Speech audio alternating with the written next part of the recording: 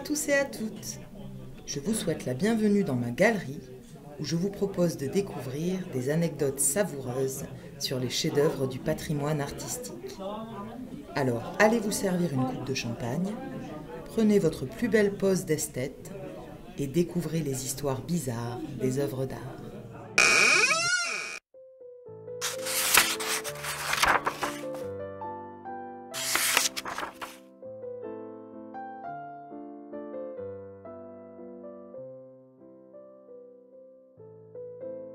L'enfer est pavé de bonnes intentions, et le Christ lui-même ne pourrait dire le contraire. Alors qu'un tableau du début du XXe siècle, le représentant portant la couronne d'épines, s'abîme irrémédiablement dans une petite paroisse du fond de l'Espagne, une brave octogénaire décide par un beau matin de juillet 2012 de restaurer l'œuvre dégradée par le temps et l'humidité. Ce sera l'une des restaurations artistiques les plus ratées de l'histoire.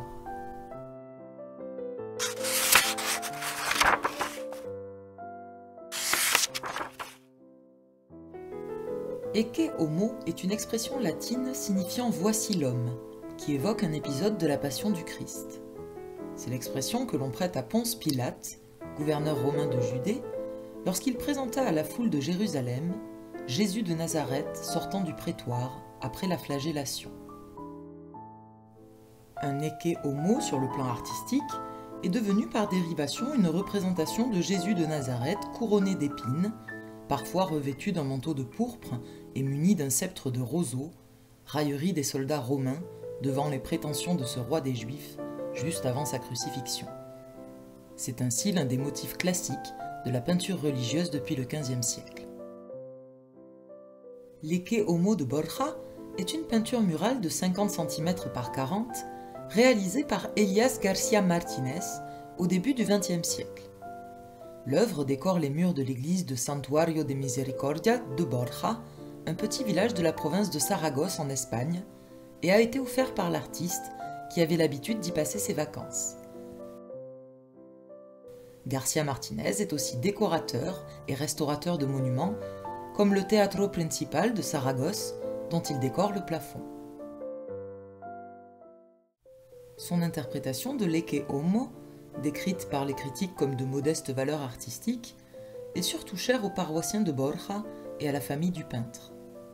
Ce dernier a d'ailleurs indiqué modestement sous la peinture « Ceci est le résultat de 2 heures de dévotion à la Vierge de la Miséricorde ». Mais avec le temps, la peinture, soumise à l'humidité, se détériore peu à peu. Près d'un siècle plus tard, en 2012, une restauratrice amatrice, voisine du lieu de culte, va alors tenter par ses propres moyens de remédier aux dégradations et réaliser ce qui s'avérera être la pire restauration de l'histoire de l'art.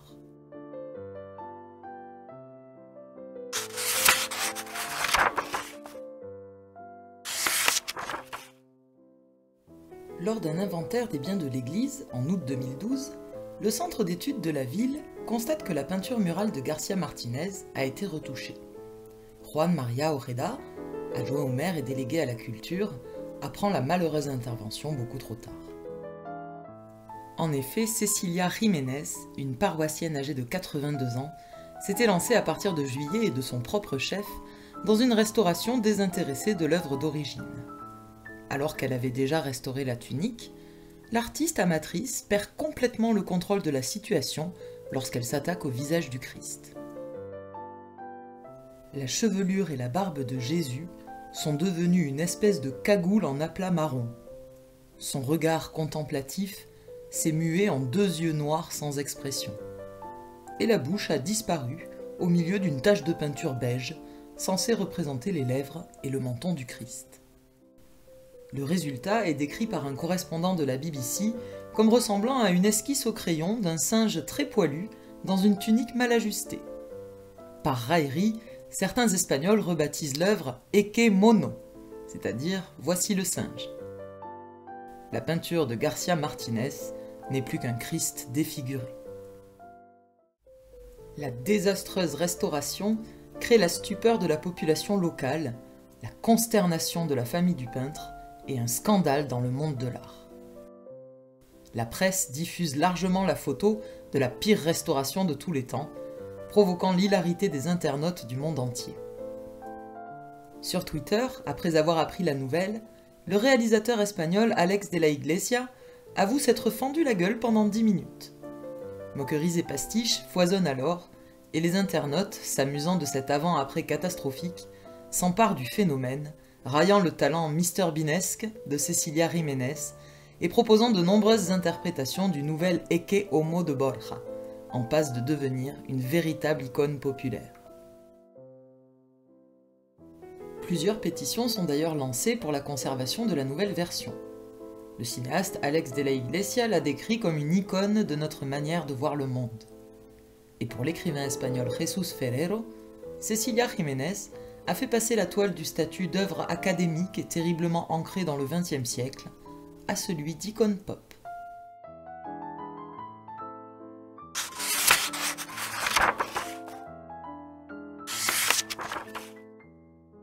Profitant de l'incroyable couverture médiatique de l'affaire, et dans le but de collecter des fonds pour restaurer l'œuvre, la visite de l'improbable Ecce Homo devient payante dès septembre 2012. En un an, 57 000 visiteurs se pressent dans l'église de Borja et aujourd'hui, plus de 200 000 personnes venues d'Espagne et d'ailleurs ont défilé devant la peinture. La ville de 5 000 habitants multiplie les initiatives pour capitaliser sur cette restauration ratée, organisant par exemple une exposition sur Elias García Martínez ou un atelier qui permet de peindre sa propre version de l'Ecce Homo.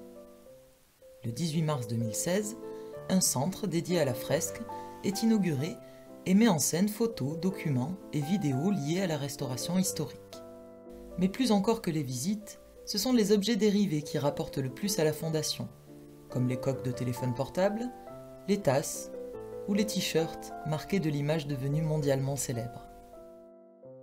En août 2013, Cecilia Jiménez signe un accord avec la fondation municipale gérant le Santuario de Misericordia et se voit attribuer 49% des droits d'auteur. Mais la fondation et l'octogénaire destineront tous ses revenus à des œuvres caritatives.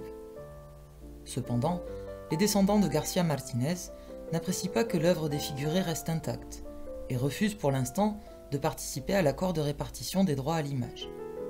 Ils voudraient simplement que l'œuvre soit restaurée par des professionnels, certains l'ayant jugée récupérable. Mais cette restauration insolite a surtout mis au jour la déplorable gestion du patrimoine historique espagnol. D'ailleurs, en 2018, d'autres restaurateurs amateurs ont repeint une sculpture de Saint-Georges, datant du XVIe siècle et ornée de polychromie du XVIIIe, qui se trouvait dans l'église San Miguel du village d'Estella. Le saint, terrassant un dragon, avait été affublé d'un visage enfantin et d'une monture d'un bleu douteux. Mais des professionnels ont pu redonner un air plus classique à cette figure religieuse. Et encore récemment, le 7 novembre 2020, un artiste peintre local de Palencia signale sur Facebook la sculpture défigurée d'une scène pastorale réalisée dans les années 20 et s'interroge sur l'identité du responsable de ce nouveau Christ de Borja. Ainsi, l'histoire de ces improbables restaurations permet aussi d'interroger notre regard sur l'art et le sacré. La restauration de l'Ecce Homo de García Martínez, par la brave Cecilia Jiménez, est d'abord apparue comme un sacrilège aux yeux des amateurs et des professionnels de l'art, comme à ceux des croyants. C'est une honte! Révolte! Avant de créer un véritable engouement populaire et de devenir une icône moderne, interpellant la société sur les notions de création et de propriété artistique.